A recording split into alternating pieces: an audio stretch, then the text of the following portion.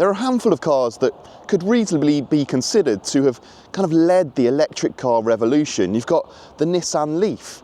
That's the car that set the benchmark that for so long all other cars had to meet. And then there was the BMW i3 and the i8. They weren't just futuristic looking, they gave us a look at the future, a future that really still hasn't quite arrived.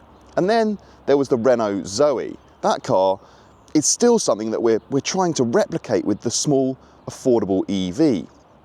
Then, well, things went a little bit quiet for Renault until 2022 when the Megane, the new Megane, arrived. It was a family car that had all the right tech and all the right kind of ingredients. Apart from it wasn't really a particularly great family car. It was compromised in terms of space and practicality. Well, could this, the new Renault Scenic, be the car to correct all of that? This is the all-new Renault Scenic.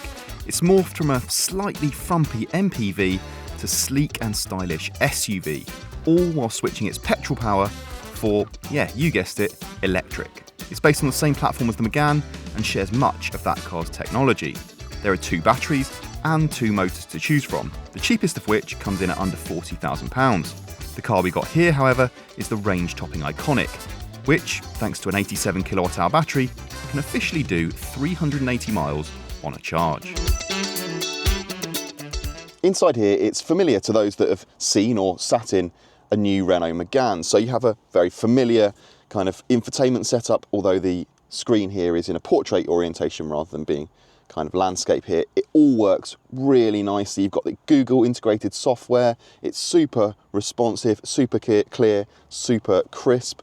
You've got a wireless charging pad down here, loads of space down here as well. It's an EV specific platform, so that just gives you a sense of space in the whole car. You've got a nice low driving position as well, kind of makes you feel cocooned, and as well this screen, the way it's kind of facing towards you, really helps with that as well. Under here, you've got a small storage bin, some more storage there as well. The quality overall actually is very good. It does feel slightly built to a price, like these materials aren't soft and plush, but they're good enough quality, and you've got some contrasting stitching as well. Now, depending on which spec you go for, you get a digital rear view mirror. That's actually among the best of the type that I've used. Sometimes it really takes you a while to recalibrate your brain to the different sensation of it not being a conventional mirror. Of course, you can use it as a conventional mirror if you choose to. And another feature that you'll find on the top spec car is this glass roof, but it's no ordinary glass roof. If you press this button, it opacifies kind of in real time. It's got electrochromatic glass, and it's a really nifty feature. But the best thing about it is that it does away with the need for a conventional roller blind, which saves weight.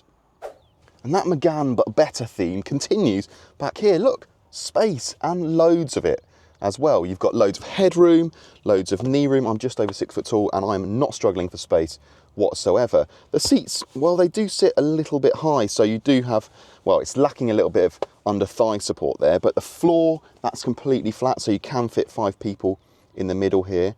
But when you haven't got 5 people in here, check this armrest out. Looks pretty conventional, but it isn't.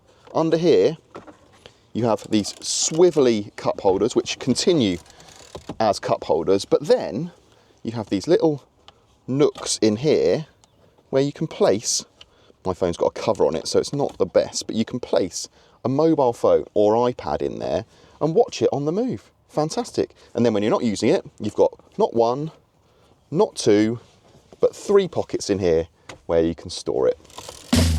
Now, we mentioned that there are various specs, but all cars come pretty well equipped. The base Techno comes with 19-inch wheels, the same 12-inch Google-powered screen as the more expensive models, plus 2-zone climate control and the all-important heat pump.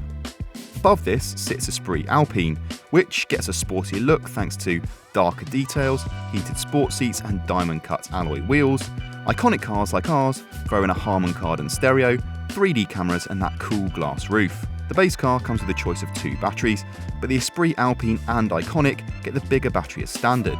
Even the 60 kWh car can do 260 miles though.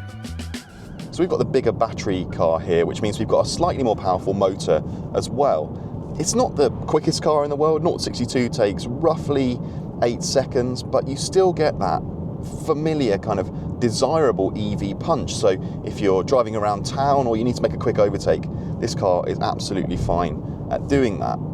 The ride on the whole is pretty good. It's firm, but it's definitely not uncomfortable. It's never uncomfortable. Road noise is a little bit noticeable from this car's 20-inch wheels, and there's a bit of wind noise from around the door mirrors as well, but it's not a deal breaker. This car is still pretty quiet overall.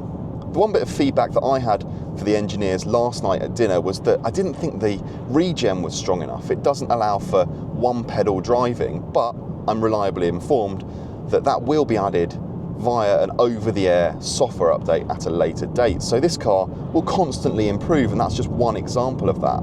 If you do want to drive a little bit quicker, then, well, you can feel the weight transfer. This is a big, heavy, tall car. Not quite as heavy as some of its rivals though. It's about 1,800 kilos, so it is lighter than the equivalent Peugeot E3008, but as I say, you can feel that weight transfer if you're really throwing this thing around. But overall, this thing is as calm and composed as anyone would want a car like this to be. And then there's the tech. There is actually a button down here that turns off some of the safety systems, so the speed limit warning, some of the annoying nannying features that you get in some cars these days. There's a drive mode button on the steering wheel. Everything just feels pretty easy to access. It's an intuitive car to drive. You're not constantly pressing buttons and trying to find things in deep hidden sub-menus. And then there are the little features that are unique to this car. That roof, as I said, is fantastic. The digital rear view mirror, that works really well as well. Then you've got these digital dials behind the steering wheel. They're really clear and really easy to use. You've got the speed nice and big on the left-hand side, but on the right-hand side, you've got your range meter, so it doesn't just give you one number. The top figure is the kind of WLTP range. That's like a best case scenario, probably unachievable in most situations. The middle range figure is what you've done over the last, 60 or 70 miles. That's probably the most realistic figure. And then the one at the bottom shows you how far you can go if you're going flat out on the motorway or at normal motorway speeds. It's really useful, and actually we found it to be pretty accurate as well. Visibility overall is pretty good. You've got big door mirrors, which, as we've mentioned, do result in a little bit of wind noise, but again, help with that all-round visibility. Again, the side windows too, those really help when you're parking along with the cameras. But yeah, overall, Megane, but better. So yeah, all in, this really feels like Renault's EV range is coming of age. And with the Renault 5 and Renault 4 on the way, and a new Twingo, plus exciting stuff from Dacia and Alpine, well, the Megane was good, but this, in every way, shape and form, is better.